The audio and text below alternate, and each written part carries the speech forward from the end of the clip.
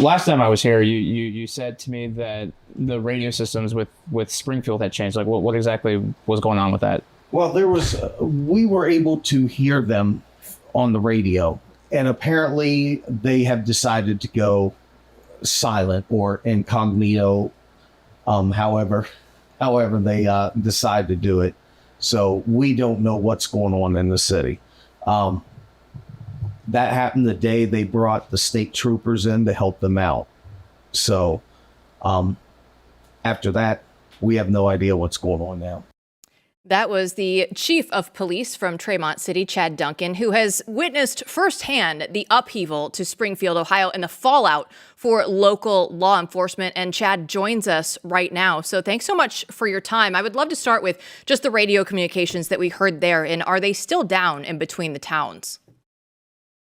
Yeah, Springfield is still, they have encrypted all of the Springfield radios. That includes the police, the fire, everything.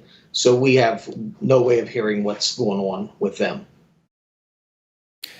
I just can't help but ask. I mean, so what do you think is going on? They haven't communicated why? They have, after our interview the last time, they said it's for officer safety.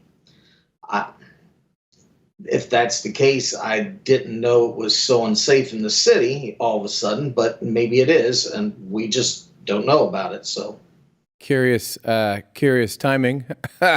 Well, let me say, what I was going to ask you is that video that we just showed is a short version of a longer interview that I believe will be on YouTube at BlazeTV soon, along with another article. There's already one out there you can find at theblaze.com about what you told Julio.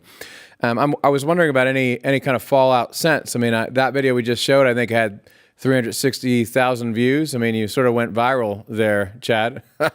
and a lot of people asking a lot of questions. What has it been like since the last interview? Everybody, that knows me, they're telling me just be careful, watch my six. And I'm not really worried about that. I think it's time for us to just put it out there. Everybody says they're going to do something. They want to do something.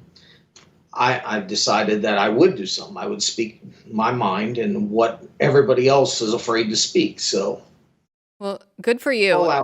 Yeah. And I just want to know on a personal level, right? Like you're in the neighboring town right now. What is it like? There's media coverage, there's national attention. People keep talking about it. What is life like there right now? It's a little bit different. Everybody is on edge, and I understand why they're on edge. I think that things have been done so quickly, so drastically, and the answers that we get just don't add up. Chad, it was interesting to me how you basically said, what I took from some of what you said was follow the money. That obviously there's a lot of money here. And I don't know if you saw this, but recently Ezra Namani published an article over the weekend saying that George Ten, who owns the staffing agency Diversity First, that brought in a lot of the Haitians, she says that's a $180 million operation. $180 million. And I mean, that's a lot of money. So I can only imagine how that has been spread throughout the city. This is how it works. Have you, do you talk about that a lot with people? Do you guys see a lot of evidence of, politicians, people getting rich off this? We see people, I think people are lining their pockets at the expense of not only the Haitians, but the American people. That's why I decided to speak up. This shouldn't be happening. There could have been better ways that this was done that would have been beneficial for everybody involved, like I said in my last interview. However, it wasn't done that way. So here we are, and let's just be honest, this problem ain't going to go away. We're going to have to figure out now, instead of standing around and crying about it, we're going to have to figure out how to make it work. Yeah, there certainly is. That is something that I think every American should be concerned about and be interested in the answer to that question, and not just to help Springfield, but to help themselves, because this is going to happen in a lot of other places. And so if we don't stand here, what are we going to do? I'm curious, whether you have thoughts about the fact that this issue is probably going to be raised tomorrow night, let's be honest, in the debate between the vice presidential candidates. I can almost guarantee that they're going to be talking about Springfield, Ohio. Do you have any thoughts about that? Well, I just hope that before somebody says anything, make sure they have the facts.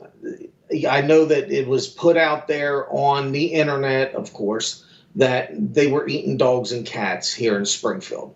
There has been no evidence of that.